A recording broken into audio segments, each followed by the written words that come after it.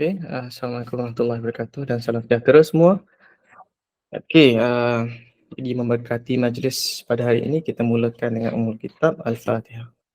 Bismillahirrahmanirrahim. Alhamdulillahirabbil alamin wassalatu wassalamu ala asyrofil mursalin wa ala alihi wa sahbihi ajma'in. Rabbi shrah li sadri wa yassir li amri wahlul 'uqdatam min lisani yafqahu qawli. Rabbana zidna 'ilma warzuqna fahma. Ada soalan tak? Kalau tak ada soalan, kita Dr. Hanafi, ya. Assalamualaikum, selamat pagi. Saya Iqmal daripada FKTM. Saya cuma nak clarify balik lah, apabila kita buat blended learning yang kita buat online punya assessment lah kan. So online tu maksudnya kalau student buat dalam bentuk PDF dan upload dalam e-learning tu dikira online jugalah kan? Ya, Saya nak clarify. ya boleh. Okay. Tu saja kot. Terima kasih. Alright. So untuk yang tak pernah lagi pergi ke website yang Lead ada buat, so bolehlah pergi ke sini, Google Sites, pergi sites google.com.my, sites.google.com/unimap.edu.my, kemudian cari Lead Unimap Training Policy Guideline. So dalam tu semua adalah polisi-polisi yang berkaitan dengan blended, berkaitan dengan pembelajaran dan sebagainya. Okay. So pertama kali bila kita sebut pasal PMP kita lah, yang sekarang kita pakai apa? Kita pakai OBE kan. So nak tak nak kita tak lari daripada apa yang dikatakan sebagai constructive alignment. So constructive alignment ni apa? Constructive alignment is a design for teaching in which what is intended student should learn. Intended student should learn and how they should express their learning is clearly stated before teaching takes place. Itu yang kita buat apa panggil, kita bagi buat teaching plan kita kan, lepas tu kita buat pre-sem dan sebagainya. Okay, so seterusnya, teaching is then designed to engage students in learning activities. Design to engage students in learning activities. Learning activities that optimize their chances of achieving those outcomes, and assessment tasks are designed to enable clear judgment as to how well those outcomes have been attained. So ini yang pertama saya nak tunjuk. Yang kedua adalah yang ni. The constructive alignment approach recognizes knowledge is constructed by the activities of the learners. By the activities of the learners rather than being directly transferable from teacher to students. Learning takes place through the active behavior of the student. It is what he does that he learns, not what the teacher does. So yang ni saya rasa penting lah. Sebab kebanyakan masa kita memberi kepada pelajar, kita bagi saja, bagi, aktiviti itu kurang. Kalau kita nak katakan ada, memanglah ada, tapi setakat mana ada tu? Kita pernah ukur tak berapa banyak aktiviti yang kita buat kan? Rather than in comparison dengan kita bagi lecture kan, secara face to face kita bagi lecture, cakap seorang-seorang kat depan tu kan, dengan student keadaan sekarang ni yang dia punya life dia punya time span, dia focus span dia sangat-sangat pendek. So saya rasa kalau kita tengok pada dua definition ni pun dia banyak menekankan tentang activities. So bila kita kata pasal blended learning ni, so kita ada face to face, kita ada online. So blended learning adalah gabungan kepada kedua-duanya. Ini not limited to, ini contoh kan. Okay, online tu kita dah biasa buat, face to face pun kita dah biasa buat. So gabungan pada kedua-duanya, sebagai contoh, kita boleh buat peer collaboration, slide presentation, writing assignments, minta ditanya kan pasal assignments. So kalau kita dah bagi assignments dalam LMS, kemudian dia kena submit juga dalam LMS, so kita bolehlah katakan itu sebagai online. Digital lesson, to teacher student conference ataupun discussion, Zoom, Gmeet dan sebagainya. Okay, so kenapa pentingnya blended learning ni? So first kali, dia adalah personalized learning. So blended learning allows students to learn at their own pace and in their own way. So kita bagi kepada pelajar, so kita minta dia selesaikan sama ada, dia bergantunglah kalau kita nak buat kelas, kita bagi siap-siap. Kalau kita buat flip classroom kan, flip classroom kita bagi siap-siap suruh dia baca dan kemudian kita masuk kelas dengan harapan dia dah baca kan.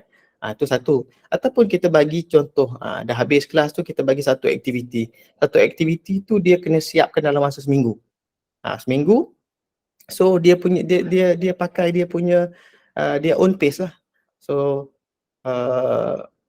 by next week tu sepatutnya dia dah selesaikan apa yang sepatutnya dia dah cover pada minggu tu. So itulah flexibility. So blended learning offers flexibility in term of time, place and pace of learning. So sekarang ni kalau tak salah saya, kita punya jadual adalah kalau 3 kredit kan. 2 kredit tu dia bagi dalam bentuk synchronous, iaitu dalam bentuk fizikal, ada waktu kelas dia, dan 1 jam lagi tu dia bagi dalam asynchronous version. So dalam tu dia tak ada spesifikkan tempat di mana. So yang tu adalah yang online version. So 2+1 lah sekarang ni. 2 jam fizikal, 1 jam lagi adalah dalam bentuk online. So flexibility. Sebab apa? Kita ada masalah kekangan dengan kita punya tempat lah, tempat classroom di kampus utama kita ni. Engagement, blended learning provides student with a more engaging learning experience. Ni kalau dibuat dengan betul lah. Kalau dibuat dengan betul, dia akan ada engagement dengan student lah. Kalau tak dibuat dengan betul, kita hanya transfer sahaja apa yang kita buat secara face to face kepada online, itu yang tak jadi tu. Kita buat synchronous lecture, kita seorang yang cakap. Bila kita tanya student tak menjawab, kita pun sama juga dalam meeting kan. Bila kita meeting secara online, exco di physical tu, bila tanya kadang-kadang senyap, tak tahu kan tengah buat apa. So sepatutnya kita kena ada design yang membolehkan pelajar untuk engage dengan pembelajaran secara dalam talian. Dan juga cost effective. Blended learning can be cost effective alternate to traditional classroom learning. Apa yang cost effective? Mungkin daripada segi kalau fizikalnya, daripada aircon, lampu dan sebagainya lah. Dan juga sebenarnya cost effective daripada segi masa. Sebab apa? Kalau kita design betul-betul kita punya blended learning ni, kalau saya tak suka buat synchronous yang online ni sebab dia macam kita kena hadir juga. So saya lebih suka pada asynchronous. So bila kita buat asynchronous, dia dah menjimatkan masa kita, kita boleh buat benda lain. Tapi dalam masa yang sama, kita bukannya lepas student terus. Macam saya monitor melalui WhatsApp. So saya buat banyak-banyak group supaya bila ada aktiviti tu saya dapat monitor dan dia boleh keep in touch dengan saya bila-bila masa. So kalau selagi saya pegang telefon ataupun saya depan PC, saya boleh respon kepada persoalan yang dinyatakan. Okay. So seterusnya saya nak tunjuk sikit statistik lah. Statistik. Ini statistik pencapaian pembelajaran teradun dalam tempoh 2 semester terkini. So kalau kita tengok kat sini, yang paling champion sekali IMK lah. So kalau kita tengok yang graf biru ni adalah pencapaian PTS pada semester 2 tahun sidang yang lepas. Semester 2 sidang yang lepas 77% IMK telah berjaya buat PTS.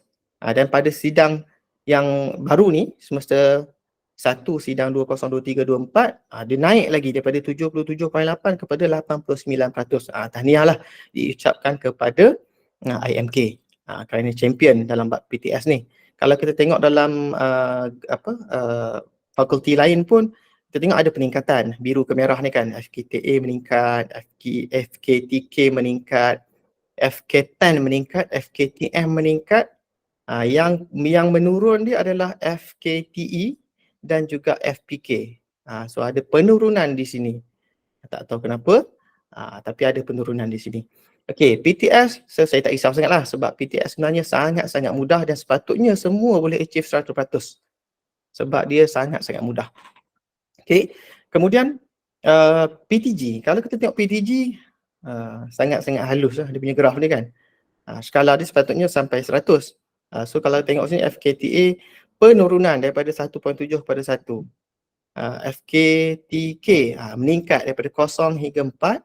FKTE pun meningkat sikit 1.8 kepada 2%, FK10 turun sikit daripada 11.9 kepada 11, dan juga FKTM kita tengoklah. Yang paling champion untuk PTG ni adalah pada FPK. Dia paling tinggi.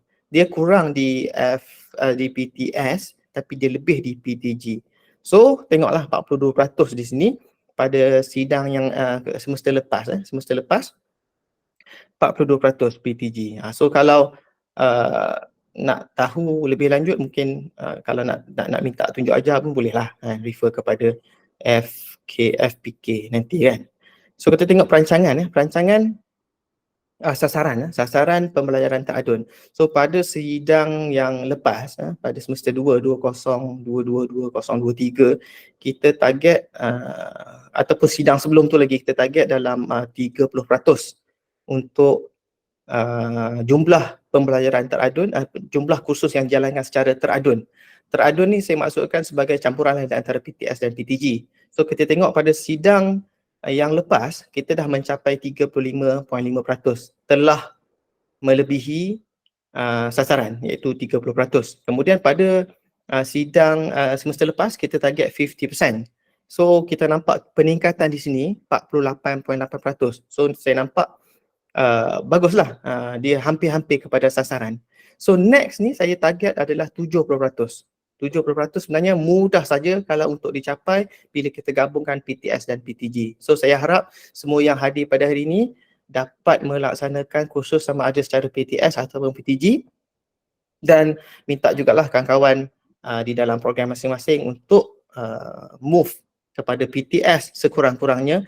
Dan PTG sebenarnya tak susah mana. Nanti saya akan tunjuk macam mana kita nak achieve PTG dengan keadaan pembelajaran yang kita buat pada semester depan lah, pada semester yang akan datang ni, di mana kita kena buat 3 minggu yang ada yang pilih 3 minggu sebelum raya tu kita buat secara dalam talian. So kalau kursus-kursus yang dah nak buat 3 minggu sebelum raya tu dalam talian, sangat-sangat mudah untuk kita achieve status PTG. Okay, so sebelum tu siapa-siapa yang belum masuk ke dalam Telegram, kita ada sediakan helpdesk lah, helpdesk untuk e-learning Unimap. So boleh scan kod ni. So boleh masuk dalam Telegram kita ataupun boleh masuk dalam channel YouTube kita. So boleh scan kat sini dan subscribe kepada YouTube. Dari masa ke semasa saya akan upload lah video-video yang berkaitan. So kalau macam Telegram ni, helpline ni, InsyaAllah kalau ada persoalan sama ada saya jawab ataupun rakan-rakan dalam grup Telegram tu boleh jawab sekiranya ada persoalan. Okay? Alright. So seterusnya, kenapa saya target 70% tadi? Sebenarnya kalau kita tengokkan dasar pembelajaran negara iaitu depan 1.0, sekarang depan 2.0 dan nak habis dah depan 2.0 ni. So kita ada sasaran daripada kementerian iaitu by 2025 70% kursus berstatus pembelajaran teradun. So kita tak jauh dah. Kita sekarang ini 48.8%. So saya harap by semester akan datang ni kita boleh achieve, kalau tak sampai 70% pun kita boleh dapat 60% lebih. Dengan kerjasama daripada rakan-rakan sekalian lah. Okay. Seterusnya, kalau PTS ni, inilah formula dia. 1732. Satu adalah apa dia? Teaching plan. 7 adalah material yang kita upload dalam LMS. 3 adalah aktiviti yang kita jalankan secara dalam talian. 2 ni adalah assessment yang kita jalankan dalam talian. So kalau formula PTG pula kita pakai 40, 40, 20. 40% adalah bahan pembelajaran, 40% adalah aktiviti dan 20% adalah assessment. Ini adalah semua dalam talian. Okay? So ini adalah contoh PTS lah. PTS So dia tak kira percentage macam yang PTG tadi. Dia hanya mengira item sahaja. 1 item, 7 item, 3 item dan 2 item. Dah dapat ni, kita akan dapat status secara kursus kita dijalankan secara PTS. Tapi berbeza dengan PTG dia ada percentage dia berdasarkan SLT. So kalau macam contoh kita gunakan 3 kredit. 3 kredit bermaksud kita ada 120 jam. Mana dapat 120 jam? Satu kredit bersamaan dengan 40 notional hour. So kalau 3 kredit bersamaan dengan 120 jam. Kita panggil 120 SLT. So kalau 30%, minimum 30% untuk PTG. So kalau untuk PTG minimum 30%, sepatutnya kita jalankan pembelajaran dalam talian 36 jam ni. So 36 jam ni secara dalam talian. Yang selebihnya 70% ni kita jalankan secara face to face. So tak banyak sebenarnya, 30% sahaja dalam talian. So daripada 30% ni, yang ni yang kita pecahkan kepada sini.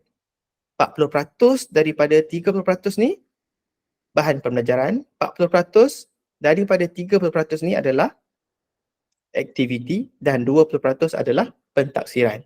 So kalau kita tengok, kita tak bagi exact lah. Kalau kita 40 tu kan payah pula kita nak reach 40 tu. So kita bagi dalam bentuk julat. 30 hingga 50, 30 hingga 50, 10 hingga 30%. So nak senang kita tengok kepada SLT.